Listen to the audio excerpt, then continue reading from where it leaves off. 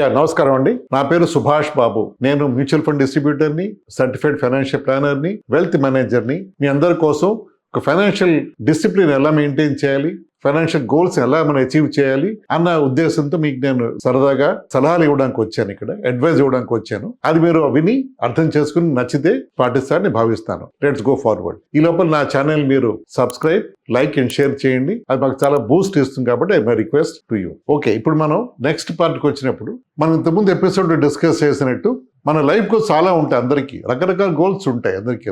కానీ broad goals ఏంటంటే పిల్లల చదువులు, పిల్లల పెళ్లిళ్ళు, సొంత ఇల్లు, వెకేషన్ అయినా ఉంటాయి. అది అలాగే మనకి రకరకాల గోల్స్ ఉంటాయి అందరికీ. వీటన్నిటికీ మనం ఎలా సాధించాలి, ఎలా మనం హాయిగా ఆహ్లాదంగా ఎలా మన ఫ్యామిలీ లైఫ్ బతకాలి అంటే మనం దానికి కొన్ని మీకు డైరెక్షన్స్ చెప్తాను. మీ ఓన్ అసెస్మెంట్ చేసుకుని మీరు నాతో సంప్రదించవచ్చు. కావాలి అంటే నేను మీకు సలహా ఇవ్వగలను, గైడెన్స్ ఇవ్వగలను మీకు నేను. సో నేను మీతో పాటు మీ జర్నీలో కాన్స్టెంట్ గా నేను మీకు ఒక సహాయదారుడిగా పక్కన ఉండగలను మీకు నేను. ఇప్పుడు మనం నార్మల్ గా ఇందాక అనుకున్నట్టు 85% పీపుల్, మనం అనుకున్నట్టు పోయిన ఎపిసోడ్ అనుకున్నట్టు మనం 85% పీపుల్ ఆర్ ఫైనాన్షియల్ ఇలిటరేట్ అని చెప్తాను మీకు నేను. Please don't mistake me. Illiterate అంటే మీరు చదువుకోలేదని కాదు. చాలా మందికి అవగాహన లేదు. ఎక్కడ ఇన్వెస్ట్ చేయాలి, ఎక్కడ ఇన్వెస్టర్స్ ఎప్పుడు తీయాలి, ఎలా మనం దీన్ని అప్రోచ్ అవ్వాలి అని చాలా మందికి అవగాహన లేదు. So you not alone. అందరూ ఒకే బోట్ లో ఉన్నాం మనం. కొంచెం ఎక్కువ కొంచెం తక్కువ అంతే అనుకుంటున్నాం. ఇప్పుడు ఒకటి చెప్పాలి అంటే మనం డిస్కస్ చేసినట్టు ఫైనాన్షియల్ ప్రొడక్ట్స్ లో bank deposits, savings accounts, post office investments ఇవన్నీ కూడా ఒకప్పుడు బానే ఉండేవి. No longer now. 2.5% State Bank of India చేసిన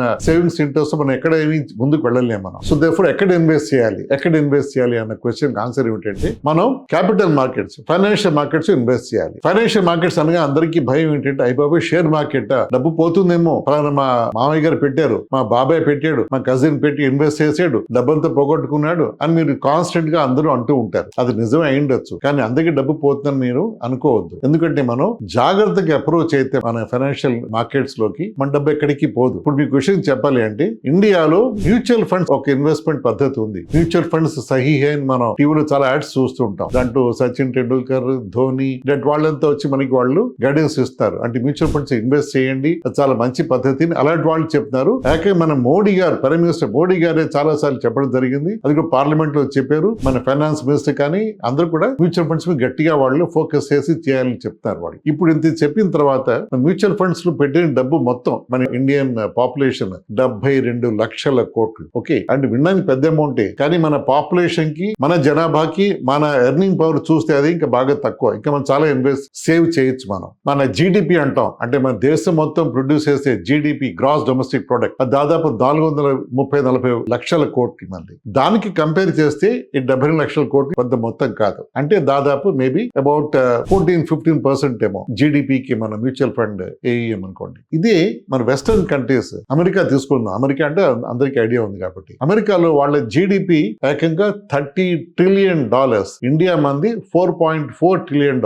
వాళ్ళు మనకంటే దాదాపు 8 రెట్లు ఎక్కువ పెద్ద ఎకానమీ మనకంటే వాళ్ళది. ఇలా ఇంత జీడిపిలో కూడా వాళ్ళ mutual fund penetration 110% of the GDP. అంటే వాళ్ళది దాదాపు $40 ట్రిలియన్ వాళ్ళ ఏఈఎం ఉంది మ్యూచువల్ ఫండ్స్ లో. అందుకే మనం చూస్తూ ఉంటాం ఫారినర్స్ చాలా మంది కంఫర్టబుల్ గా ట్రావెల్ అవుతూ ఉంటారు మిగతా దేశాలకి. హాలిడేస్ మీద వస్తారు, డబ్బు ఖర్చు పెడతారు, వెళ్తారు. వాళ్ళ లైఫ్ వాళ్ళు బాగా బతుకుతారు. మన ఇండియాలో మనం బతకగలుగుతున్నామా? మనం ఉద్యోగం చేసేప్పుడు, మన యాక్టివ్ లైఫ్ లో ఉన్నప్పుడే మన డబ్బు మన చేతిలో ఆడుతూ ఉంటుంది. రిటైర్ అయిపోయాక అంత డబ్బు చేతిలో ఆడుతుందా? ఎందుకు ఆడదు ఆలోచించండి మీరు. ఎందుకంటే మనం సరిగా ఫైనాన్షియల్ ప్లానింగ్ చేయట్లేదు. ఇంతకుముందు మనం తెలియక చేయలేదు. ఇప్పుడు అట్లీస్ట్ తెలుసుకుంటే చేయగలరు మీరు. ఆ తప్పులు లేకపోతే ఆ మిస్టేక్స్ లేకపోతే ఆ మిస్డ్ ఆపర్చునిటీస్ కానీ మనం ఓవర్కమ్ చేస్తే మనం చాలా హాయిగా కంఫర్టబుల్ గా ఉండొచ్చు. ఎందుకంటే ఈ రోజుల్లో ఒక రిటైర్డ్ వ్యక్తి బతకాలి ఈ సొసైటీలో అంటే హాస్పిటల్ ఎక్స్పెన్సెస్ ఉంటాయి, ఇంకా చాలా రకాల ఎక్స్పెన్సెస్ ఉంటాయి. నార్మల్ గా పిల్లలు వాళ్ళ ఉద్యోగాల కోసం, వాళ్ళ కెరీర్స్ కోసం బయట ఊళ్ళలో ఉండడం జరుగుతుంది.